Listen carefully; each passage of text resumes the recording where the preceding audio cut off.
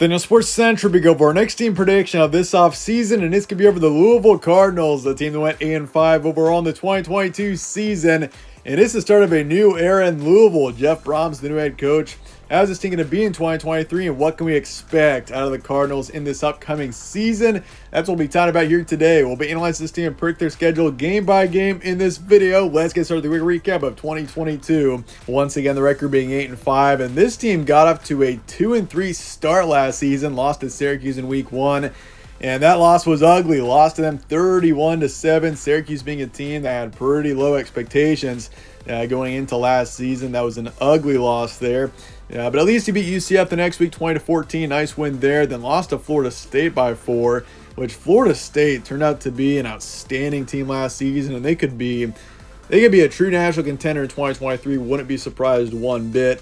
So a close loss against them. He beat up South Florida, and then he lost to Boston College by 1, a 34-33 loss there. So another difficult close loss, and Boston College, a team that's pretty beatable. I mean, there were a couple losses for this team last season against teams that they probably should have been, considering the talent level of this team. But they also were very impressive in multiple games too. They beat up Virginia, beat Pitt by a couple of touchdowns, beat Wake Forest 48-21.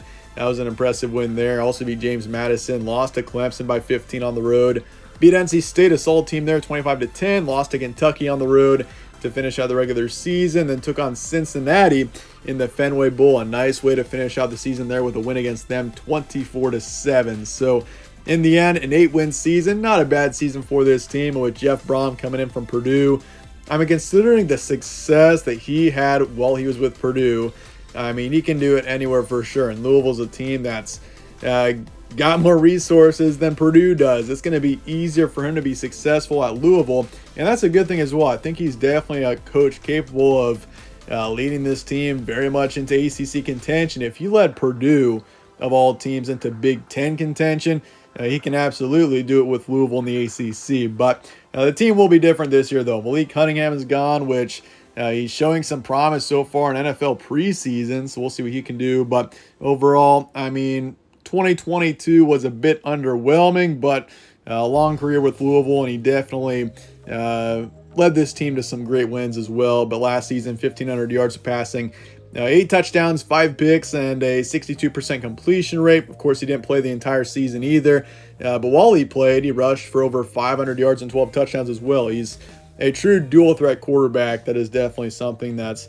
been true of him since the start. So losing him, it's going to be different now with having Jack Plummer in there, who is coming in from Cal. He was at Purdue though previously, so he has been with Jeff Brom in the past, and this is Jack Plummer's third school now. So it looks like he's going to be the starter, but Brock Doman is also in that quarterback situation. Jawar Jordan is coming back. Tion Evans is gone. Maurice Turner's coming back, and you lose Travion Cooley. So you had 4 key running backs from last season who all had an impact on this team. Jordan was the top. He's coming back. Turner's also coming back, which is good.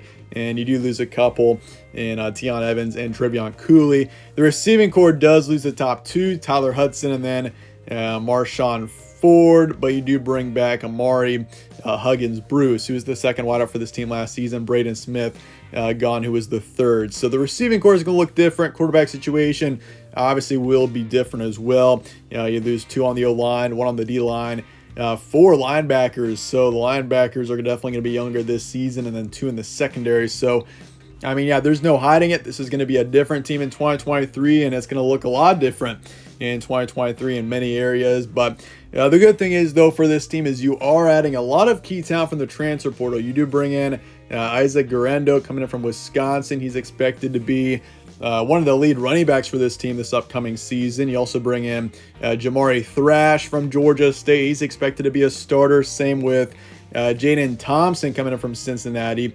John Paul Flores is coming in from Virginia. Eric Miller from Purdue. Both of them should be starters for the O-line. But obviously, you do lose a few players as well. Obviously, Travion Cooley off to Georgia Tech, as well as Braden Smith off to Cincinnati, a receiver from last season.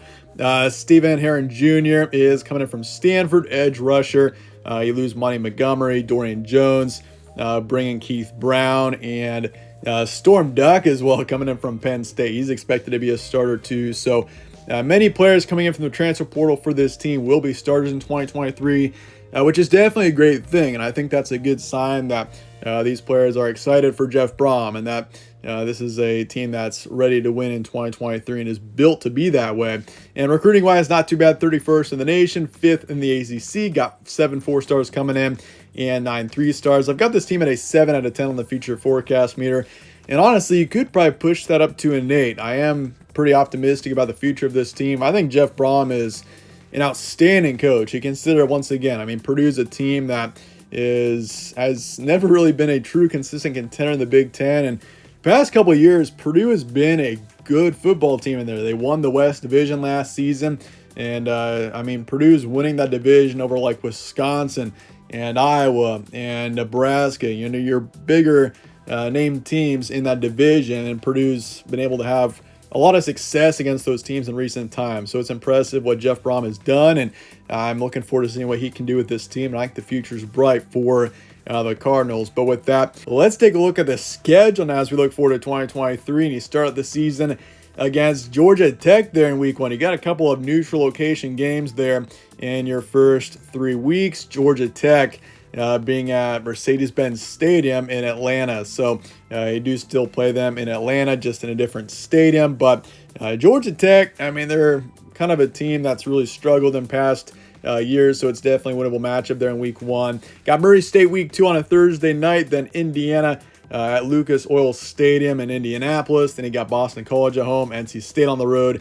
Got Notre Dame at home, big game there. Then Pitt on the road, Duke at home. And then in November, you got Virginia Tech at home, Virginia at home, and then Miami on the road, and Kentucky to finish out the regular season as always this year at home. So looking at September, Georgia Tech, I do think he dropped this one.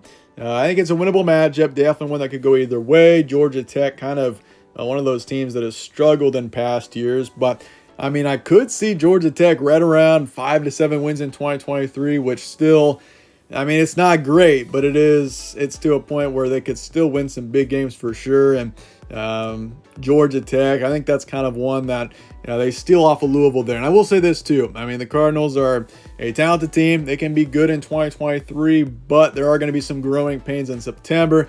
You got to consider too. I mean, this is a team that's going to look a lot different. We mentioned that, the returning production and everything. Malik Cunningham being gone, a long-time starting quarterback for this team. The backfield looking different, receiving core, everything.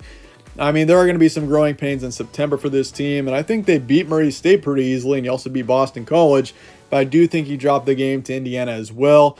Indiana is also a beatable team, similar to Georgia Tech, but it's just those growing pains once again. And I think once we get into late September into October, I mean, the schedule is going to be tough. I mean, those 4 games there between NC State, Notre Dame, Pitt, and Duke, all tough games. But I think you get a nice win against NC State there on the road. You lose to Notre Dame and Pitt, 2 really teams that could be definitely solid in 2023. And then Duke, even Duke could be pretty good in 2023. They were impressive last year, and so you get a nice win against them as well. So it puts you at 4-4 heading into November.